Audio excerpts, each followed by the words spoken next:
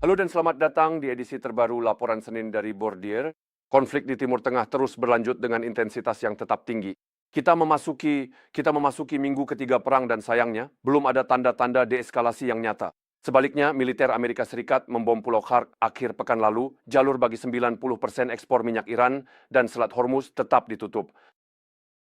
Kami tentu memantau situasi ini dengan cermat untuk menentukan apakah alokasi kami perlu disesuaikan, karena seperti yang telah kami sampaikan, dampak ke ekonomi global sangat bergantung pada harga minyak. Kini, harga minyak telah menembus ambang batas penting dan mencapai $100 per barel. Harganya telah naik 75% sejak awal tahun ini. Ekonomi Eropa sendiri lebih terdampak oleh harga gas yang, seperti terlihat pada grafik, hampir naik 2 kali lipat sejak awal tahun. Kita masih jauh dari puncak sejarah sebelumnya, namun tidak dapat dipungkiri bahwa harga energi yang terus tinggi akan menghambat prospek pertumbuhan dan inflasi ke depannya. Pekan lalu, Amerika Serikat baru saja merilis angka inflasi untuk bulan Februari serta data kepercayaan rumah tangga. Data ini tidak terlalu mengejutkan karena inflasi belum sepenuhnya terdampak oleh kenaikan harga energi baru-baru ini. Kenaikan harga sebesar 2,5% secara tahunan pada Februari cenderung stabil, namun akan naik kembali saat kepercayaan rumah tangga menurut Universitas Michigan sedang menurun ke tingkat yang cukup rendah. Jelas bahwa jika kenaikan harga terus berlanjut, konsumen Amerika berisiko memangkas pengeluaran dengan cepat, sehingga memicu perlambatan aktivitas ekonomi yang cukup signifikan. Oleh karena itu, di pasar keuangan kita tetap berada dalam lingkungan yang cenderung menghindari risiko.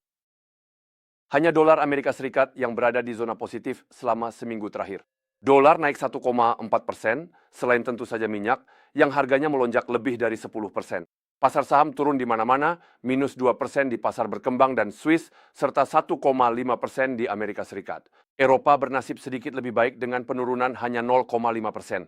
Imbal hasil obligasi 10 tahun naik lebih dari 10 basis poin di Amerika Serikat dan zona euro, menyebabkan harga obligasi turun sekitar 1%. Emas tertekan oleh kenaikan suku bunga dan penguatan dolar sehingga mencatat penurunan sedikit di atas 2%. Minggu ini kita akan menantikan keputusan kebijakan moneter dari Fed di Amerika Serikat dan Bank Sentral Eropa di zona euro. Kedua bank sentral tersebut diperkirakan akan mempertahankan suku bunga acuan masing-masing tetap tidak berubah. Namun yang terpenting adalah pernyataan dari para pejabatnya. Powell di Amerika Serikat dan Lagarde di Frankfurt harus memberikan indikasi mengenai cara mereka mengelola perkembangan situasi ini. Sejak konflik dimulai, pasar hanya memperkirakan 1 kali penurunan suku bunga di Amerika Serikat dari sebelumnya hampir 3 kali. Di zona euro, pasar kini mengantisipasi lebih dari 1 kenaikan suku bunga dibandingkan status quo yang berlaku sebelum konflik. Oleh karena itu, pernyataan yang sedikit lebih dovish atau akomodatif dari para bankir sentral dapat memicu pergerakan pasar yang cukup signifikan.